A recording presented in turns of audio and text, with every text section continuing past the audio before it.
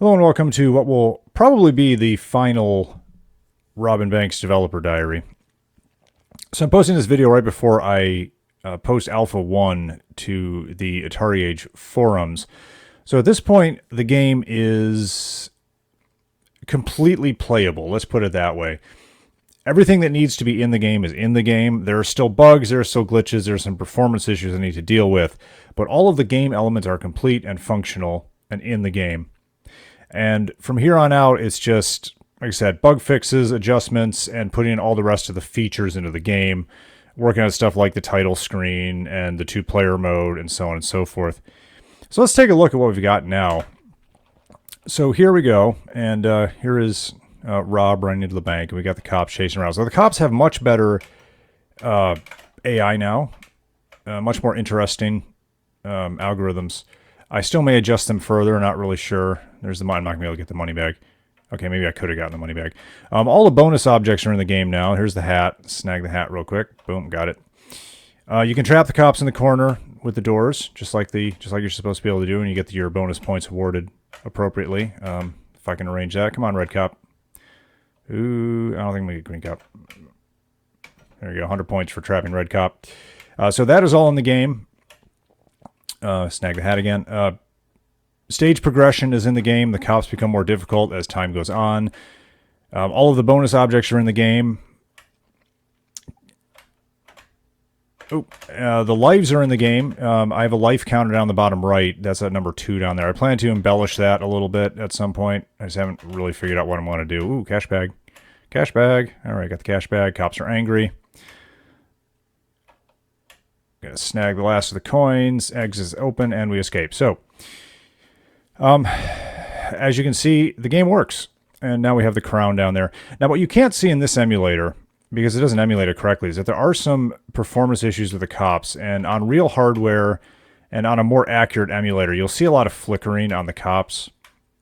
And I'm doing a little too much per frame. I needed to go in and do some optimization and try to trim down the amount of work I'm doing per frame. I've still got a lot of ROM space left, so I can do some pretty aggressive loop unrolling and stuff like that to try to cut down on the processing time. I'm confident I'll be able to fix that.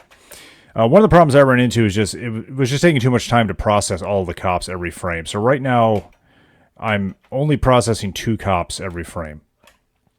And that seems to be working out pretty well. So I process the player and 2 of the cops every frame. I suppose in a pinch I could go down to doing the player every other frame. I don't know. Not sure about that. Well, you know, that's going to arrive me right back at the same problem, so probably not. Haha, right behind you. Got it. Okay. These little green doors are still annoying. So most of the bugs in the game surround the doors, and oop, yeah, got caught. Look at that. He got me. A little death animation there, which is similar but not exactly the same as the arcade game. Let me see if I can finish this stage, and that'll probably be enough of a demonstration here. 1, 2, 3. Got it. Okay, go, go, go, go, go, go, go. Now, one thing is that another thing I still haven't figured out is the logic behind the opening and closing of the top versus the bottom escape tunnel. I'm just alternating every stage. That is not what the arcade game does, and I have not been able to figure out exactly what the arcade game does. At this point, I'm not really sure that I care. I might just do it the way I'm doing it because the arcade game I just can't figure out. Another thing I want to do is I want to make the game deterministic. Right now, the cop behavior has a random number behind it that is totally random. The arcade game is clearly deterministic, so I want to set up some sort of a random seed that I can use consistently to generate consistent behavior. And part of the reason I want to do that is because I really want to put in an attract mode at the title screen. And in order for that to work, you kind of need to have deterministic cop behavior, or at least an ability to set a specific random seed to work around. So feature-wise, like I said, I want to do the attract mode. I'm going to do a 2-player alternating game, which is pretty standard. I originally had plans for a 2-player simultaneous mode, but that is kind of getting tossed out. It's just not going to work. There are too many problems with making that happen. So I've abandoned that particular... Oh, I'm in trouble. I'm in trouble. I've abandoned that particular feature, unfortunately, so it's just going to be the 2-player alternating mode. But oh well, it had to be done. But I anticipate this will probably be completed within the next month or two, maybe, or pretty close. I mean, there's really not a lot of technical stuff left to do.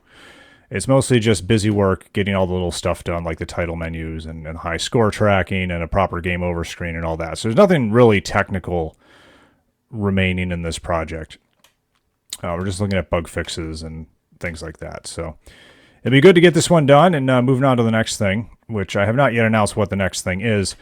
Although if I get the opportunity at the upcoming Atari Age Day on Zero Page Homebrew's Twitch channel, which I will be appearing on, I may